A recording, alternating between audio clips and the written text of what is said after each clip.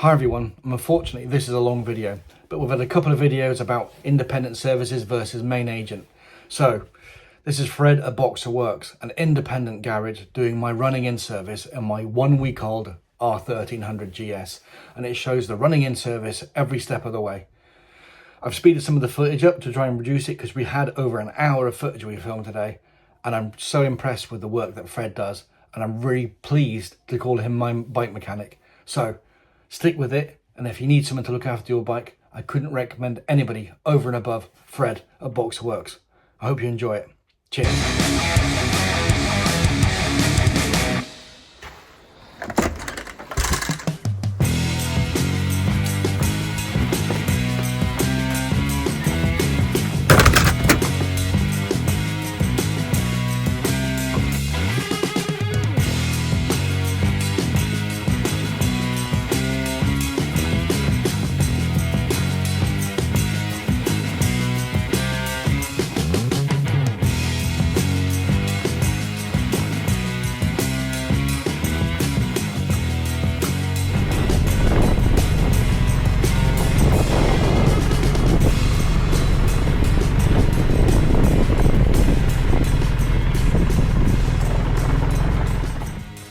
Right, so here we are at Boxer Works, ready to have the running in service done of my R1300GS, and we're lucky enough to be able to film in here today, so we'll get to see what Fred gets up to and hopefully learn a little bit about him. So if you need some work doing, you can get to know him and pop down to see him. But let me show you around. An interesting collection of bikes that he has here. I will say that's one of his, and he rides it properly. And he rides it off-road very, very much. That's good to see.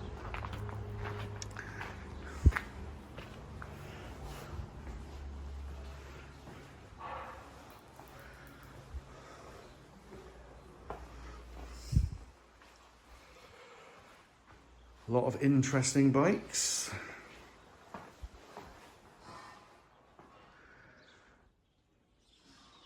So let's bring the bike in.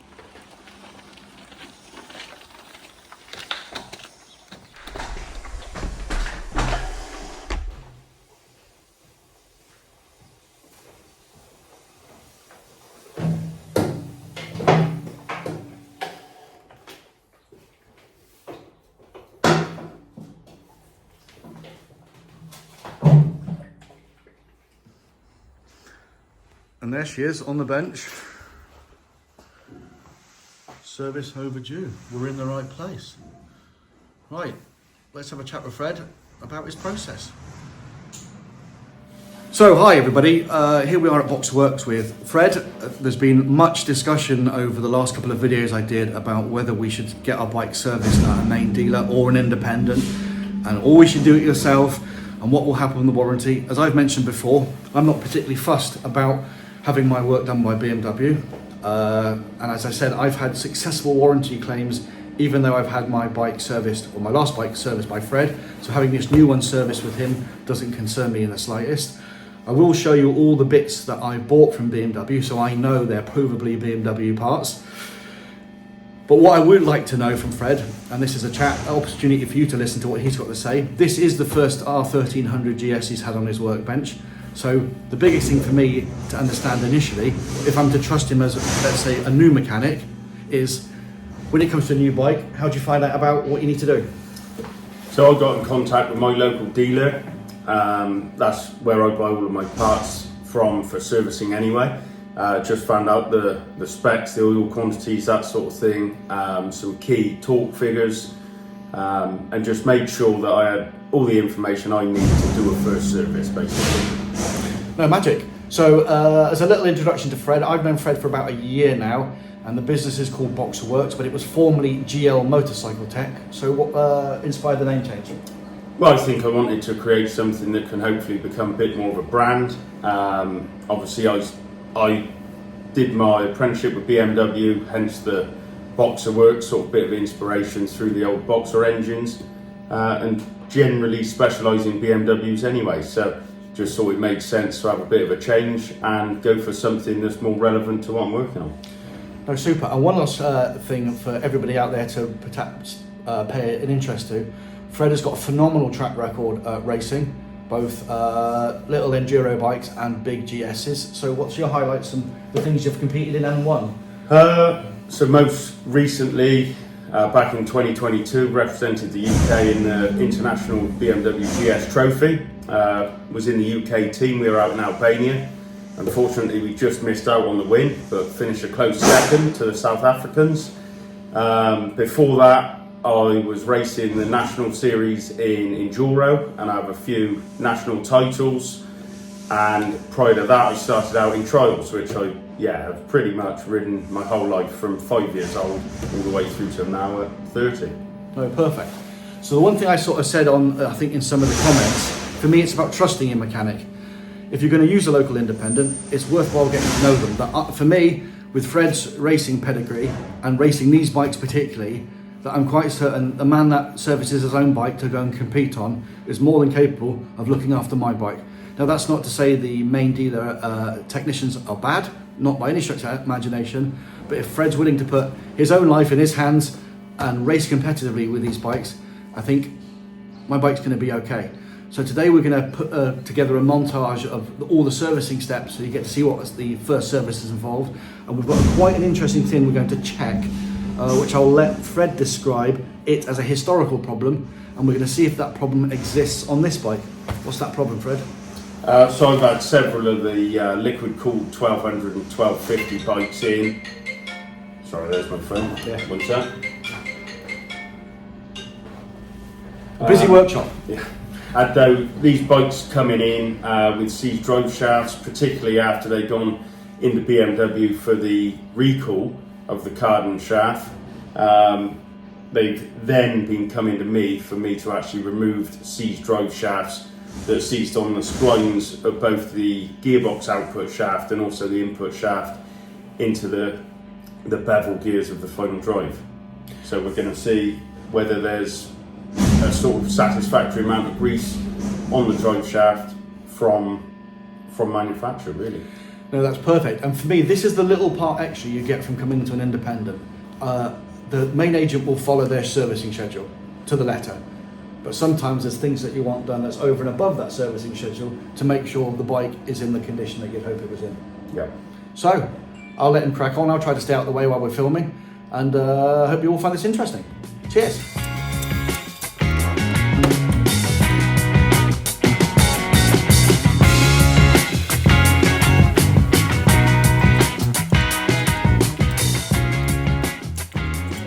First R1300 that you're working on, what are you noticing to be particularly different over and above the previous models? Well, just having the sump guard off, you can see it's a different design actually on the sump. Obviously they've changed the internal layout of the engine as well, so just noticing that. We've actually got a bit of oil weep in there as well, so we'll check that out and put a new crush washer on if needs be. Perfect.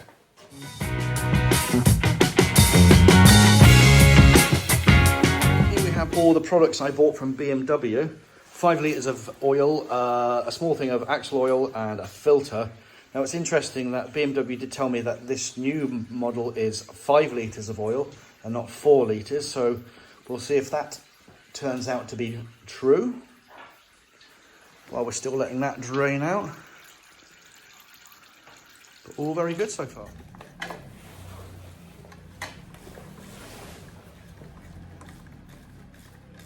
So Fred, what are you doing here then?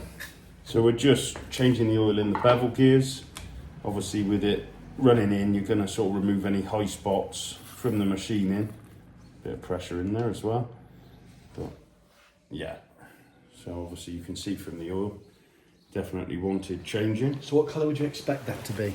Well, after the running in service, generally it'll be, you know, much more sort of golden colour. Wow. It does have some impurities still, but just due to the running in and the nature of what it is, that's what you're dealt.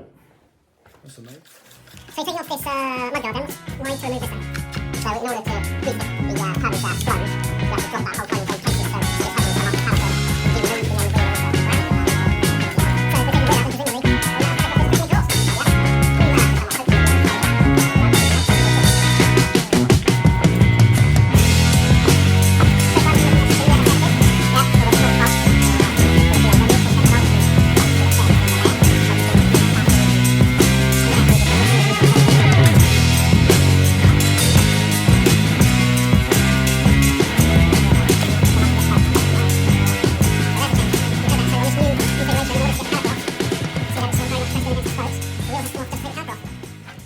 over to you. So, just removing the rear wheel, caliper's already off obviously. I have loosened the exhaust and it should just squeeze through there. Obviously you can hear the tyre rubbing and you've got to get the angle right.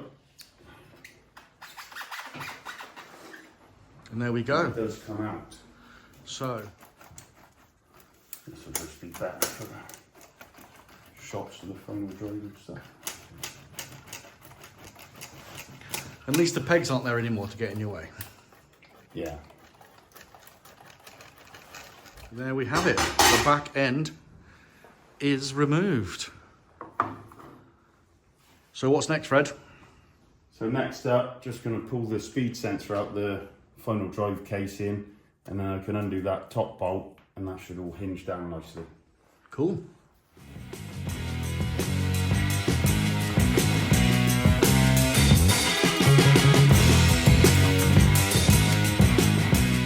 So I've got a 1300GS on the bench, first time having one of those in the workshop, and what I'm about to do is drop the final drive and see whether there's a sufficient amount of grease on the splines of the cardan shaft from factory, really, from assembly. So slightly different to before on the 1200 and 1250s. This rubber boot and the swinging arm design is all new, as you can see. It's a very tight cable tie in there to hold things in place, and then with that removed, there we are. You can see the UJ of the cardan shaft. So I'll get around the other side and we can pivot that down and see. Time to drop that. Pull this rubber boot back, and as you'd expect from a new bike, it does slide off very nicely. Now we can see there is grease, so that's obviously a very good start. But from what I was experienced on the 1200 and 1250s, this amount of grease over the sort of course of the bike without it being serviced over the time it's ridden, it soon burns off and loses sort of lubricating properties. So I'm going to add some moly grease onto that, put it back in, and then we know coming up to the 6,000 or the 12,000 mile services in the future, it's good to go.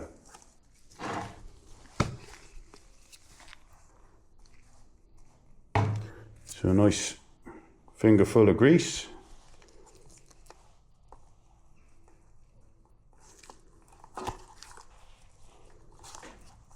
Straight in there, and now try to relocate that UJ. And actually it's far easier to get it to relocate than on the previous models, so that's a nice little design feature that BMW have improved. And there we have, I'll get a cable tie on that boot after it's seated correctly, and job done. So nice to see that it's greased from factory, and you can just see in there that the grease has pushed through. So that will fling and go everywhere as it's ridden, but that's not really an issue. It's all covered up. So good stuff. That's going to be future proofed and ready to go for many miles. So again, different to the 1200 and 1250s, there's now a taper element oil filter as opposed to the old cartridge style screw-on filters. So hence why we're removing this cap, and there it is in there. So a bit of a messier job, unfortunately, but it is what it is. So Fred has grabbed some pliers and we're taking them out. And what do you see? It's obviously slightly discoloured, but still nice and clean. It's always nice with a paper type element filter like this. You can actually go around it and just inspect, see if there's any debris, any bits of metal in there, as to which it doesn't look like there is. It's, you know, testament to the quality of BMW and their machining efforts. You know, you're not left with anything in excess. Just cleaning off the final drive drain bolt. Make sure it's all nice, check the O-ring. You know, Let's look at that. There's times in which I would replace the O-ring, because on bikes that are slightly older and have a bit of corrosion around the drain hole, it'll often tear the O-rings, but as you can see, it's a new bike, less than 600 or about 600 miles, so everything's as it should be still. Just like to make sure the drain hole's nice and clear of any road grime and dirt before putting the drain plug back in. So, what's going on now then, Fred? Just putting a bit of rubber grease on the O-ring, make sure that it doesn't tear in the future, and when it goes back in, that it doesn't scag or catch anything and just slides in nicely. Perfect.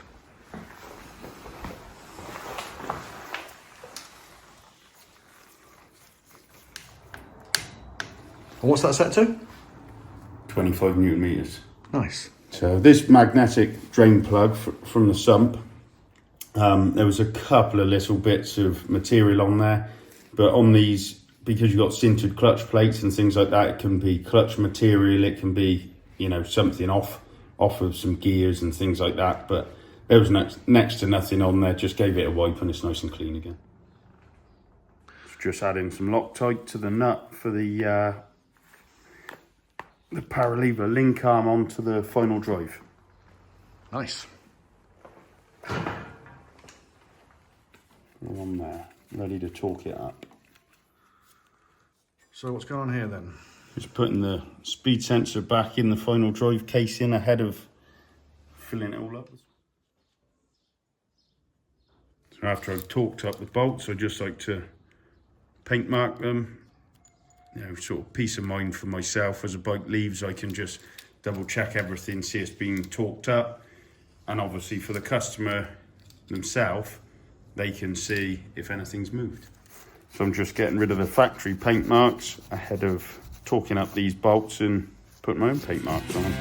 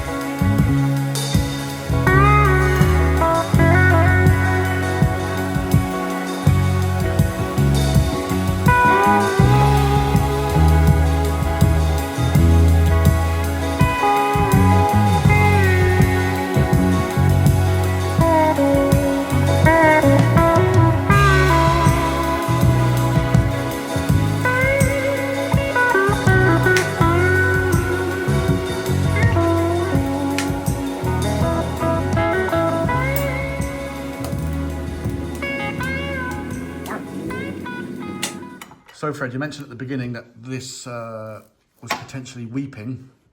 Yeah, so there was a little bit of misting around it, so I just wanted to check it's snugged up, which it is. I mean, it could have been a bit of grease or a bit of oil from assembly anyway, but I've cleaned it all off. It's tight, so going forwards we can just monitor it and make sure it's not going to continue to leak. So I have actually got a new rubber O-ring, the sealing ring, for the case that holds the oil filter in place, the little cap piece. But obviously, as it is pretty much brand new still, and having cleaned it off, wiped it over, it still looks intact and is in good order. I'm just going to put it back on, add a smear of rubber grease, and that'll go back in the bike. So we can definitely see it's an OEM part here. We have all our branding and our BMW part number.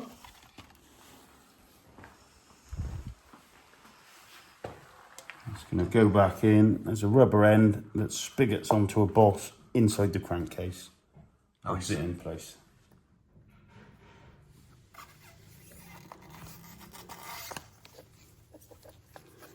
So this little filter cap is actually orientated. They're not mercury space holes. So you have got to get it in the right order for it to fit. Again, a little bit of copper slip on these bolts. They're going to be coming off every year, but still it's just nice to know that when they do come off, they are going to come undone.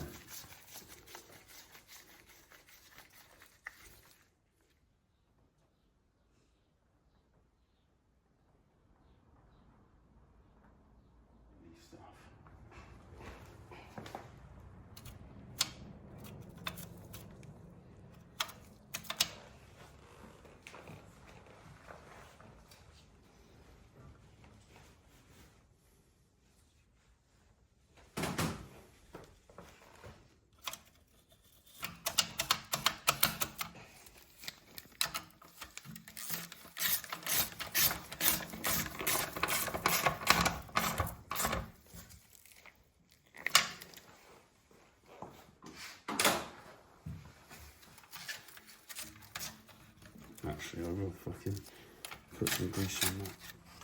Sorry. Yep. So these are the little screws that hold the exhaust cover on. They're notorious for seizing up, so obviously I'm just greasing them now to future-proof them, make sure that through all the different weather conditions and the road state that they're actually going to survive in the next couple of years. That sounded shit, didn't it? Go. So just greased up the screws that hold on the exhaust guard. They're notorious for seizing up, so I just wanted to make sure that whilst we're here, everything's new, everything's fresh and coming undone, that they've got a little bit of grease on, so that when this bike comes in for servicing in the future, everything's going to come undone.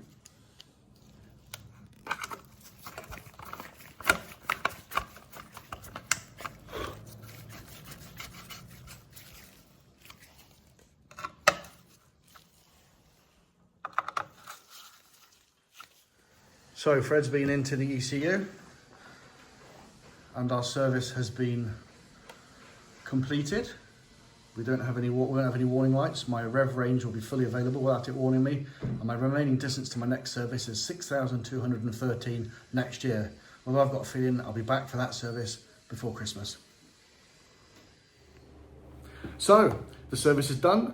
Fred's been hard at work this morning.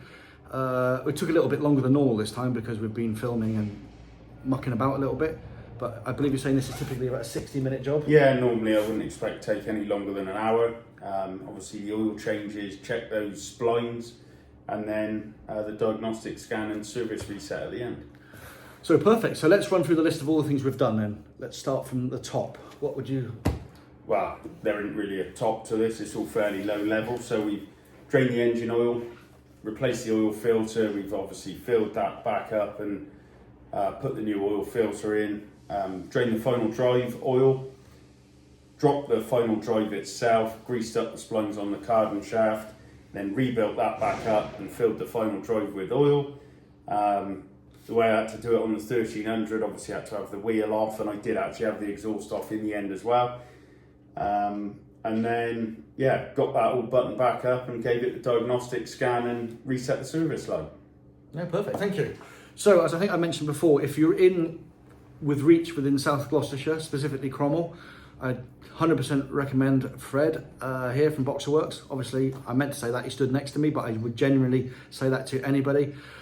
Not to say that your main dealer is a bad mechanic, but you've seen the service that Fred provides, and I think for exceptional value for money. The one thing I do want to make sure people are well aware of, when you look at your service, that light on the screen, and I'll show it now, it says contact a specialist workshop. It doesn't say contact your main dealer. So from my point of view, that warning message on that dashboard allows me to go wherever I damn please to get my bike serviced. And I'm very much pleased to come here to get it by someone I trust, who knows what they're doing and goes the extra mile to make sure my bike is in tip-top shape and safe for me to get on the road. So contact Fred and he'll take care of you. Cheers. Cheers.